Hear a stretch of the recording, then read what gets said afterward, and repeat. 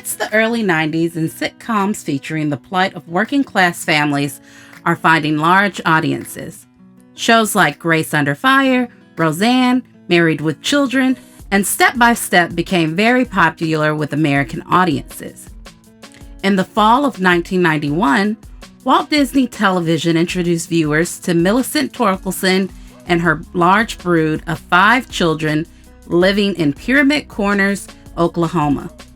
Instead of the typical suburban sitcom family consisting of a mom, dad, and squabbling siblings in a larger than average suburban home, the Torkelsons, with its down-home appeal and hopeful and catchy theme song, attempted to highlight both the joys and struggles of the working class in Middle America.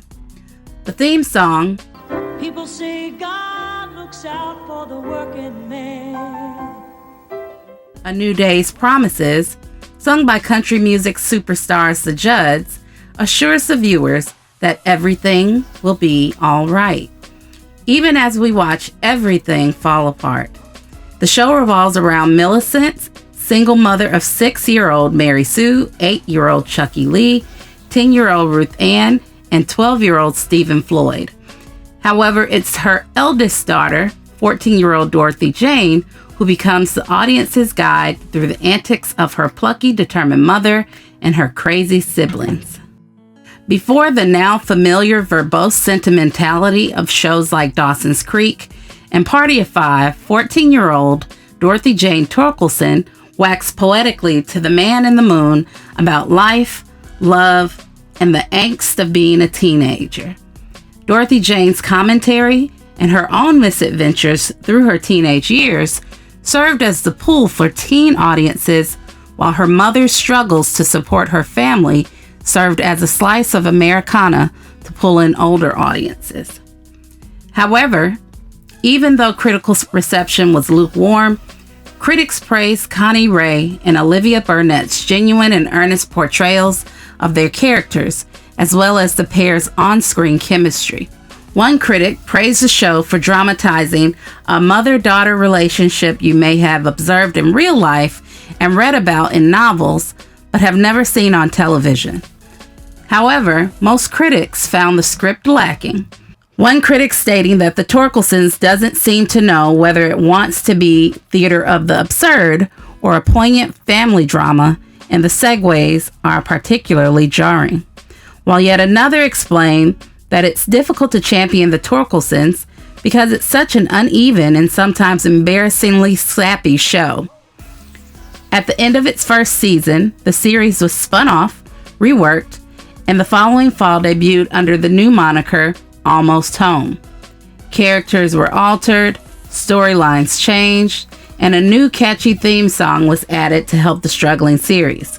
Instead of focusing on the large Torkelson clan and their struggle to stay afloat, 2 Torkelson children, Stephen Floyd and Ruth Ann, were dropped from the cast, and the rest of the clan leave Oklahoma on a bus to settle in Seattle with the wealthy businessman Brian Morgan and his haughty children Gregory and Molly, played by James Marsden and Brittany Murphy. Millicent assumes the role of nanny, and the children, of course, butt heads. Criticized as a formulaic merged household comedy, this situation, of course, leads to an inevitable war between the condescending Morgan kids and the earnest Torkelson children. It's a classic case of the haves and the have-nots. Critics noted that even after the changes, Ray and Burnett were still a solid mother-daughter team. However, in the end, the series was panned simply as too formulaic. Critics commented that it's a country mouse, city mouse kind of setup, with the down-home, salt-of-the-earth Torkelson kids teaching the shallow, materialistic Morgan kids a thing or two about values. Sadly, NBC canceled the series in 1993 after just 2 seasons, cementing the series as a certified flop. Despite its cancellation, The Torkelsons was a launching pad for some of its young stars. Olivia Burnett, Lee Norris, and Rachel Duncan were each nominated for a Young Artist Award in 1992 and 1993, and each went on to experience some success in Hollywood. Lee Norris in particular went on to his most recognizable role as Stuart Minkus on Disney's Boy Meets World, and recently reprised the role on the show's reboot, Girl Meets World. Similarly, Rachel Duncan received some bit roles in other sitcoms and movies as she aged out of cute child status. And whatever became of sweet Dorothy Jane Torkelson, Burnett has continued to find work in Hollywood with roles in such shows like NCIS, Dexter, and Sons of Anarchy. However, it was the Morgan Children and Almost Home that rose to superstardom. Actor Jason Marsden's face may not be instantly recognizable, but his voice work is unmistakable.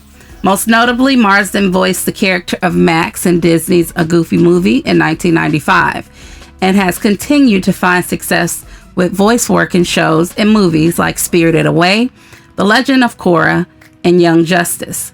And speaking of young, Almost Home was just a stepping stone for a young Brittany Murphy. Of all the young actors connected to this show, Murphy continued to find roles throughout the years until her tragic death in 2009.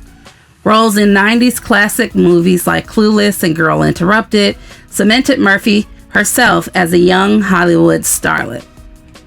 Overall, the Torkelsons found a loyal following in syndication on the Disney Channel from 1994 to 1995, which cemented the highs and lows of the Torkelson clan into the childhood memories of many millennials.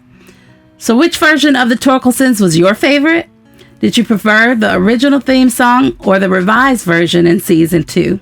Let me know in the comments below, and don't forget to like, comment, and subscribe. Until next time, bye-bye.